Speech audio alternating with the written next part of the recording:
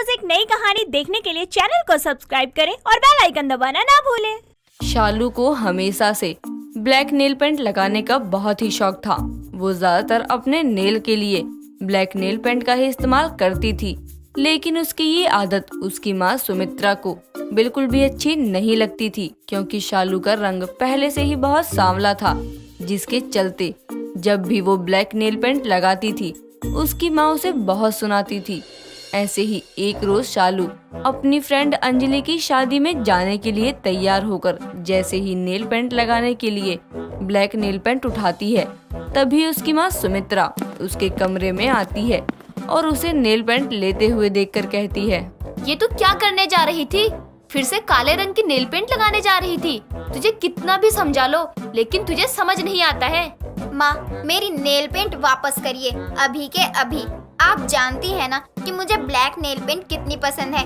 मेरे कपड़े चाहे कुछ भी पहन लूं, लेकिन नेल पेंट में ब्लैक कलर ही लगाती हूँ मैं। हाँ, मुझे पता है कि तुझे चुड़ैल वाला रंग ही पसंद आता है अपने नाखूनों पर लगाने के लिए। अरे इतना ही शौक है नेल पेंट लगाने का तो और कोई रंग की नेल पेंट लगा ले।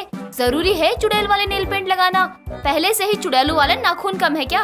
माँ, अब आपको ब्लैक नेल पेंट नहीं पसंद आती है तो क्या जरूरी है कि किसी को ना पसंद आए? मुझे तो ब्लैक नेल पेंट बहुत पसंद है। सारी चीजें तेरी मर्जी से नहीं होगी। आज तू ये ब्लैक कलर की नेल पेंट नहीं लगाएगी, वरना मैं तुझे तेरी फ्रेंड की शादी में नहीं जाने दूंगी। बस अब तू सोच ले कि तुझे ब्लैक नेल पेंट लगाना है या अपने फ्रेंड की शादी में जाना है। माँ, ये तो ब्लैकमेल करने वाली बात है। मुझे भी आपकी ये आदत पसंद नहीं आती है। मुझे पता है मेरा रंग थोड़ा दबा हुआ है, इसलिए आप मुझे ब्लैक नेल पेंट लगाने के लिए ही मना कर रही हैं। अगर मैं गोरी चिट्टी होती, मेरे हाथ पैर गोरे होते, तो आप कभी मुझे ब्लैक नेल पेंट लगाने के लिए नहीं रोकती। मुझे जो कहना था कह दिया बस। ब्लैक नेल पेंट या फ्रेंड की शादी, तेरी मर्जी। माँ, ये सही नहीं है। मैं भी क्या माँ से बेवजह बहस कर रही हूँ। यहाँ नहीं लगा सकती हूँ ब्लैक नेल पेंट, लेकिन फ्रेंड के घर तो लगा सकती हूँ। अच्छा ठीक है माँ, नहीं लगाऊंगी। ये हुई ना बात, अब ठीक है, अब जा यहाँ से जहाँ जाना है। सुमित्रा इतना कहकर नेल पेंट लेकर वहाँ से चली जाती है। थोड़ी देर बाद शालू भी अपनी फ्रेंड अंजलि की शादी में जाने के लिए निकल जाती है, जहाँ पहुंचकर वो अपनी सहेली अंजलि के रूम में जाती है और उसे कहती है, यार तेरे पास ब्लैक नेल पेंट हो तो देना। माँ ने घर में लगाने नहीं दिया और बिना नेल पेंट के मुझे अपने हाथ अच्छे नहीं लगते। मैडम, आप हमारी शादी में आई हैं, आपको घर से तैयार होकर आना चाहिए था। मेरे पास ना हुई ब्लैक नेल पेंट तो क्या करेगी? और वैसे भी आंटी जी सही करती हैं तुझे ब्लैक नेल पेंट ना लगाने देकर। हर ड्रेस पर ब्लैक नेल पेंट ही करती है। तू भी मुझे मेरे दबे हुए रंग की वजह से ताना मार रही है ना? तेरा रंग गोरा है इसलिए तू मुझे नीचा दिखा रही है। कोई बात नहीं, मैं याद रखूंगी तेरी सारी बातों को। दिखा दी तूने भी अपनी दोस्ती। ओ नौटंकी, बंद कर अपनी नौटंकी। तुझे मैं बचपन से जानती हूँ, अपनी बात मनवाने के लिए तू यही ड्रामा करती है। ले अपना ब्लैक नेल पेंट और ठीक कर अपना मुंह, आज शादी है मेरी। सबसे अच्छी दोस्त तो तू ही है मेरी। तू कितनी अच्छी तरह से समझती है मुझे। थोड़ी देर बाद शालू अपनी फ्रेंड की शादी का फंक्शन खत्म करके अपने घर आ जाती है, जहाँ सुमित्रा की नजर शालू के नाखूनों पर जाती है, जिस पर ब्लैक नेल पेंट लगी हुई थी। ये देखकर उसे बहुत गुस्सा आता है और वो उसे बहुत सुनाती है, लेकिन शालू पर अपनी माँ की बातों का कोई असर नहीं होता है। ऐसे ही समय बीतता है। समय के साथ शालू की शादी एक अमित नाम के लड़के से हो जाती है और वो शादी करके अपने ससुराल पहुंच जाती है। ऐसे ही कुछ दिन और गुजरते हैं। तभी एक रोज अमित और शालू एक साथ पार्टी में जाने के लिए तैयार होकर नीचे आते हैं, जहां शालू की सास देवंती की नजर शालू के नाखूनों पर जाती है और वो उसे रोकते हुए कहती है, बहू, ये क्या है? तुमने काले रंग की नेल पेंट क्यों लगा रखी है? बिल्कुल भी अच्छी नहीं लग रही है। जाके बदल ले इसे, कोई और रंग की नेल पेंट लगा ले, वरना लोग नाखूनों और हाथ में अंतर नहीं कर पाएंगे। ये रंग बिल्कुल भी दिखाई नहीं दे रहा है तेरे हाथों के दबे हुए रंग के आगे। क्या माँ, आप भी ना बोलने से पहले एक बार सोच तो लिया कीजिए। आपकी बातों का किसी को बहुत बुरा भी लग सकता है। शालू के दबे रंग से ना मुझे कोई ऐतराज नहीं है, ना कोई परेशानी है। तो मुझे लगता है ना आपको इस बेवजह के टॉपिक को ना यही खत्म कर देना चाहिए। मैंने गलत क्या बोला बेटा? और वैसे भी इसे ताना नहीं मार रही हूँ, बता रही हूँ इसके हाथों पर ब्लैक नेल पेंट बिल्कुल भी अच्छी नहीं लग रही।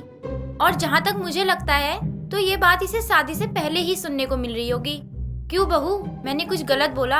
नहीं माँ जी, आप सही कह रही हैं। अपनी पसंद के ब्लैक नेल पेंट को लेकर ताने में शादी से पहले से ही सुन रही हूँ। सोचा था शादी के बाद इस ताने से फुर्सत मिल जाए, लेकिन अपनी होकर जब आपकी ही ऐसी सोच है तो दूसरों को क्या ही कहेंगे। ये क्या हो रहा है? ये क्या टॉपिक है बहस का? माँ, ये लाइफ ना सालू की है। अब वो क्या करती है क्या नहीं करती है, वो नेल पेंट जैसी छोटी चीजों के लिए दूसरों से पूछ कर लगाएगी। आपको नहीं पसंद है तो आप मत लगाइए ना, उसे पसंद है उसे लगाने दीजिए। और अब दोबारा ना मुझे इस टॉपिक पर कोई बहस नहीं चाहिए। चलो सालू। अमित इतना कहकर शालू को लेकर पार्टी में चला जाता है। देवंती को अपने प्रति अपने बेटे का ऐसा स्वभाव देखकर बहुत गुस्सा आता है। ऐसे ही समय बीतता है। तभी एक रोज देवंती अपनी पड़ोसन मानसी के साथ अपने घर के हॉल में बैठी बातें कर रही होती है। तभी शालू उनके लिए चाय लेकर आती है और उन्हें देती है। उसी वक्त मानसी की नजर शालू की ब्लैक नेल पेंट पर जाती है, जिसे देखकर वो कहती है, बहू एक बात बोलूं, बुरा मत मानना, लेकिन तुम्हारे ऊपर ये काले रंग का नेल पेंट अच्छा नहीं लग रहा है। तुम्हारी साड़ी के कलर से मैच नहीं कर रहा है। रहने दो मानसी बहन, मत बोलो इसे कुछ। मैंने भी अभी कुछ दिन पहले इससे यही बोला था कि तेरी ये काले रंग की नेल पेंट मुझे अच्छी नहीं लग रही है, तेरी साड़ी से मैच नहीं कर रही है। तो मेरे बेटे ने मुझे बहुत सुनाया, सिर्फ इसकी वजह से। पता नहीं क्या जादू किया इसने मेरे बेटे पर। ये क्या बात होती है? अब जो चीज पसंद नहीं है उसमें कोई जबरदस्ती थोड़ी ना पसंद करवा सकता है। नहीं मैच कर रहा है इसके नेल पेंट और साड़ी का कलर तो बोल दिया, देख देवंती, ये तेरी बहू है, तुझे इसके साथ निभाना है, इसीलिए तुझे तो गलत बात पर भी चुप रहना पड़ेगा। लेकिन मैं तो पड़ोसी हूँ, इसलिए मैं तो वही बोलूंगी जो मुझे सही लगेगा। हाँ सही बात है मानसी, अब कर भी क्या सकते हैं। जब इसने आते ही मेरे बेटे को अपने काबू में कर लिया। जैसे ही इसको जरा सा बोला मैंने तो वो मुझसे ही लड़ने के लिए तैयार हो गया।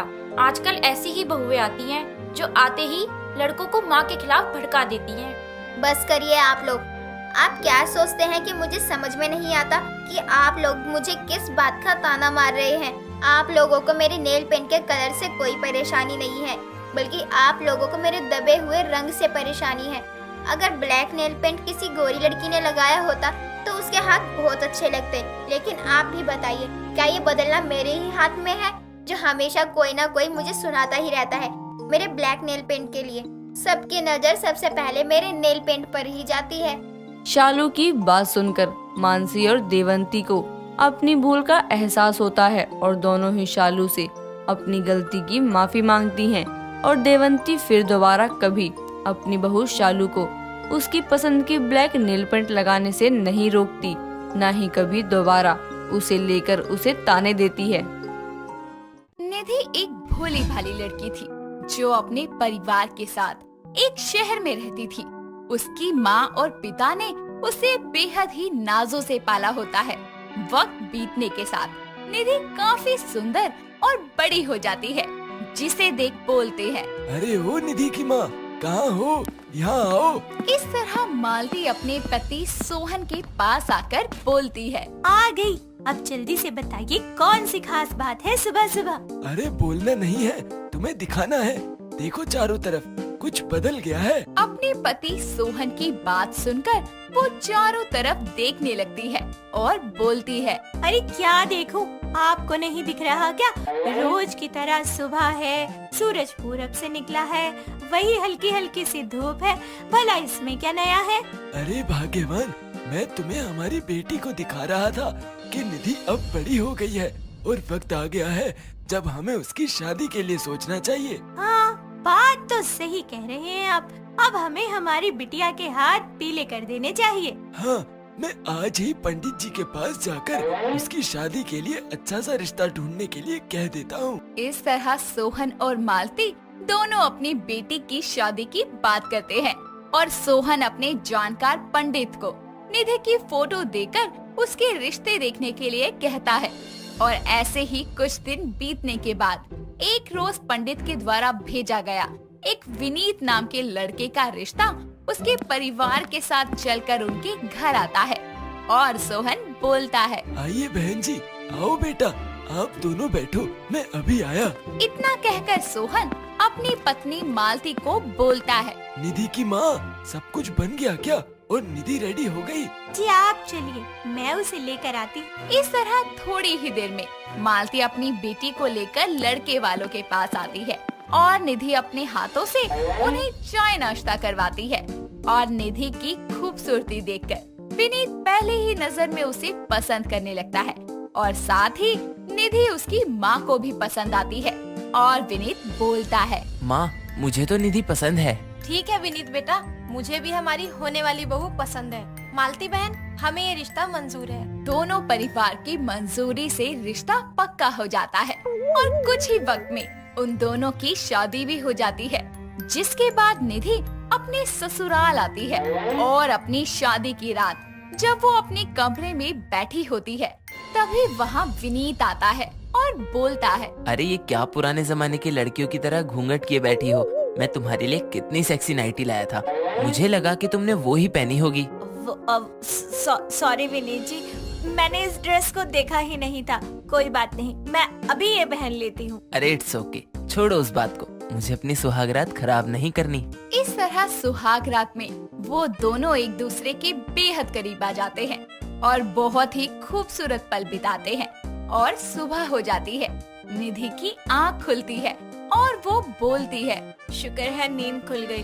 अब मैं जल्दी से उठ जाती हूँ, आज ससुराल में मेरा पहला दिन है। इतना बोलकर निधि नहाने चली जाती है और नहाने के बाद वो रेडी होकर किचन में जाती है, जहाँ कुछ ही मिनटों में उसकी सास सुमती आती है और बोलती है, अरे बहू, क्या बात है, बड़ी सुबह ही उठ गई तू। जी वो सासू माँ ने कहा था कि ससुराल जाने के बाद एक लड़की के सारे फर्ज बदल जाते हैं, बस इसलिए। चल अच्छा किया तूने। अब जल्दी से तू कुछ मीठा और खाने में पूरी सब्जी बना ले, ठीक है? तब तक मैं मंदिर जाकर आती हूँ। इस तरह सुमती अपनी बहू को पहली रसोई की सभी जिम्मेदारियां देकर वहाँ से चली जाती है। जिसके बाद निधि खाना बनाने में बिजी हो जाती है और तभी अचानक विनीत वहाँ आकर उसे पीछे से हक कर लेता है और बोलता है, ओहो मेरी जान, आज तुम इस साड़ी में बहुत ही अमेजिंग लग रही हो। Thank you Vineet ji. Only thank you क्या बेबी, देखो ना माँ भी घर पर नहीं है, चलो ना कमरे में चलते हैं प्लीज। लेकिन मुझे खाना बनाना है, सासू माँ बोल कर गई हैं और वो थोड़ी ही देर में वापस आ जाएंगी, प्लीज। क्या यार निधि, मूड खराब कर दिया, जा रहा हूँ मैं। इस तरह निधि खाना बनाती है और तभी उसकी सास पूजा करके वापस आती है और निधि अपना बनाया हुआ खाना अपनी सास को परोसती है। सुमती उसे खाना शुरू करती है और तभी निधि बोलती है, सासू माँ आपने बताया नहीं खाना कैसा बना है? पूछ तो ऐसे रही है जैसे कि 5 स्टार होटल से खाना बनाने की ट्रेनिंग लेकर आई है। तेरी ये खीर ऐसी लग रही है जैसे कि तू इसमें चीनी डालना ही भूल गई है, और ये सब्जी तो ऐसी लग रही है कि तूने इसमें हल्दी नहीं डाली। देख कैसी विधवा सी लग रही है तेरी ये सब्जी। लेकिन सासू माँ, मैंने तो सब इतने प्यार से बनाया था और मुझे तो सब कुछ ठीक लग रहा था। तो तू कहना क्या चाहती है कि मैं जानबूझ के तेरे इस बनाए खाने की बेइज्जती कर रही हूँ? देख बहू, भले ही मायके में तू अपनी माँ से जैसे मर्जी बात करती होगी, लेकिन मैं तेरी सास हूँ, समझ गई? तो मुझसे तहजीब से बात कर, वरना मैं तुझे मार मार के सुधार दूंगी। जी सासू माँ, सॉरी, आगे से ध्यान रखूंगी। अपनी सास की मारने की धमकी को सुनकर निधि डर जाती है और ये डर उसे पूरे दिन सताने लगता है। और रात होती है, जब निधि अपने कमरे में आधी रात को सो रही होती है, तभी उसे सपना आता है कि उसकी सास उसे मार रही है और वो डर के बोलती है, सासू माँ प्लीज प्लीज मुझे मत मारिए, मैं आगे से ध्यान रखूंगी, प्लीज मुझे मत मारिए। निधि अपने सपने के कारण इतना ज्यादा डर जाती है कि वो बेड पर ही सुसु कर देती है, जिसके बाद बिस्तर गीला होने के कारण उसकी नींद खुलती है और वो बोलती है, अरे ये मैंने क्या कर दिया? सासू माँ के डर के कारण मैंने बेड पर ही सुसु कर दिया। इससे पहले कि विनीत जी देखे, मुझे ये सब कुछ सुखाना होगा, क्या करूँ? निधि ये बोल ही रही होती है कि तभी उसकी नजर प्रेस पर पड़ती है और वो उस प्रेस को गर्म करके गीले बेडशीट को सुखा देती है, जिसके कारण वहाँ अजीब सा धब्बा पड़ जाता है। जिसके कुछ ही वक्त बाद सुबह होती है और निधि बोलती है, अरे ये क्या, मेरी बेड पर सुसु करने की आदत की वजह से इस बेडशीट पर तो धब्बे ही धब्बे पड़ गए हैं, अब क्या करूं? निधि ये बोल ही रही होती है कि तभी विनीत उठ जाता है और उसकी नजर सुसु किए हुए धब्बे पर पड़ने ही वाली होती है कि वो जल्दी से जाकर विनीत की आंखों को अपने हाथों से कवर करते हुए बोलती है। विनीत जी चलिए ना, आज मैं आपको बाथरूम तक ले चलती हूँ, आपके लिए सरप्राइज है। ऐसा भी क्या सरप्राइज है बाथरूम में? इस तरह निधि उसे बाथरूम तक लेके जाती है और उसे बाहर से बंद करके बोलती है, सॉरी विनीत जी, मैं तो आपसे मजाक कर रही थी, आप फ्रेश हो जाइए। इस तरह निधि जल्दी से कबर्ड से दूसरा बेडशीट निकालकर चेंज कर देती है, जिसके बाद वो नहा धोकर नीचे जाती है और जहाँ उसकी सास बोलती है, उठ गई बहू रानी, क्या हुआ? जल्दी उठने का शौक बस कल का ही था। सॉरी सासू माँ, अभी जल्दी से बना देती हूँ नाश्ता। इस तरह निधि नाश्ता बनाकर अपनी सास और पति को देती है, जिसके बाद उसकी सास बोलती है, बहू सुन, अगर तेरा ये किचन का काम खत्म हो गया हो तो आज घर की सफाई कर देना। जी सासू माँ, मैं कर दूंगी। सुमति के कहने पर वो घर की सफाई करने लगती है कि तभी गलती से उससे एक कांच का वास टूट जाता है, जिसकी आवाज सुनकर सुमति आकर बोलती है, अरे क्या तोड़ दिया? ये लो, जितने की सफाई नहीं हुई तूने उतने का नुकसान कर दिया। सत्यानाश हो तेरा, आज तो तेरी अकल ठिकाने लगानी ही पड़ेगी। इस तरह गुस्से में सुमति उसे चांटा लगा देती है और निधि इस बार बुरी तरह डर जाती है और वक्त बीतता है, जिसके बाद रात होती है और सपने में फिर से निधि देखती है कि उसकी सास उसे मार रही है। मार खाने के डर से वो बिस्तर पर ही सुसु कर देती है और पूरा बेड गीला हो जाता है। तभी अचानक विनीत की नींद खुलती है और वो देखता है कि निधि बड़बड़ा रही है, सासू माँ मुझे मत मारिए, मैं कोई गलती नहीं करूँगी, प्लीज मुझे मत मारिए, सच कह रही हूँ। निधि उठो, अरे क्या हो गया? अरे सपना है। विनीत की बात सुनकर निधि उठ जाती है और विनीत बोलता है, ये क्या किया है तुमने? देखो पूरा बेड गीला हो गया है। विनीत जी आई एम सॉरी, मैं नींद में थी, मुझे सासू माँ के डर के इतने भयानक भयानक सपने आते हैं कि मैंने बेड पर ही सुसु कर दिया। फिर से कर दिया मतलब? इससे पहले भी किया था क्या? हाँ, वो कल भी मैंने जब नींद में माँ जी का सपना देखा तो मैं बहुत डर गई थी और मैंने बेड पर सुसु कर दिया। प्लीज आप ये बात सासू माँ को मत बताना, वरना वो मुझे बहुत डांटेंगी, बहुत मारेंगी। प्लीज विनीत जी। अरे ठीक है, तुम डरो मत, मैं उन्हें कुछ नहीं बताऊंगा। थैंक यू विनीत जी। इसी तरह कुछ दिन बीत जाते हैं और सुमति अपनी बहू के अंदर अपना खौफ बनाए रखने के लिए उसकी गलती ना होने पर भी उसे डराती है और एक दिन वो अपनी बहू के पास जाकर बोलती है, सुन बहू, आज मेरी कुछ सहेलियां घर आने वाली हैं, तो तू जल्दी से सारा घर अच्छे से साफ करके आधे घंटे के अंदर कुछ अच्छा बना ले। आधा घंटा? लेकिन इतने कम वक्त में मैं क्या अच्छा सा बना पाऊंगी? और माँ जी आपने बताया ही नहीं था कि आपकी सहेली आने वाली है। अरे कितने सवाल पूछेगी, सीआईडी है क्या? माँ जी आप ऐसे हर वक्त गुस्से में लाल पीली ही क्यों रहती है? मुझे आपसे डर लगने लगा है, हर वक्त आप हमेशा ऐसे ही रूखापन दिखाती हैं। क्या कहा तूने मुझे? ठहर जा, तुझे आज मैं तबीयत से सूतूंगी, तभी तेरी ये एक्सप्रेस ट्रेन जैसी जुबान काबू में आएगी। इस तरह सुमति अपनी बहू निधि को जोरदार चांटा लगा देती है और दोबारा उसे मारने के लिए हाथ उठाती है कि तभी निधि इतनी ज्यादा डर जाती है कि वो इस बार होश में ही वहीं खड़ी खड़ी सुसु कर देती है और सुमति बोलती है, हाय हाय, ये क्या कर रही है तू? छी छी, अरे बहू ये मेरा घर है। माँ जी आपने मुझे इतना डरा दिया कि आज मैं होश में हूँ, तभी मैंने सुसु कर दिया। निधि बोल ही रही होती है कि तभी वहाँ विनीत आता है और अपनी माँ को सारी सच्चाई बता देता है और सुमति बोलती है, अरे मुझे नहीं पता था कि बहू तो इतना ज्यादा डर जाएगी कि बेड पर सुसु करने लगेगी। मैं ही मूर्ख हूँ जो तुझे डरा रही थी। अब से मैं तुझे अपनी बेटी के जैसे रखूंगी, तब तुझे डरना नहीं पड़ेगा और जब तू डरेगी नहीं तो बिस्तर पर सुसु भी नहीं करेगी। पक्का माँ जी? हाँ हाँ पक्का। इस तरह सुमति अपने बिहेव को बदल लेती है और निधि के डर और बेड पर सुसु करने वाली प्रॉब्लम वहीं खत्म हो जाती है। दोस्तों अगर आपको ये कहानी पसंद आई तो इसे लाइक करें, शेयर करें और कमेंट करके बताएं कि कहानी में आपको सबसे अच्छा क्या लगा।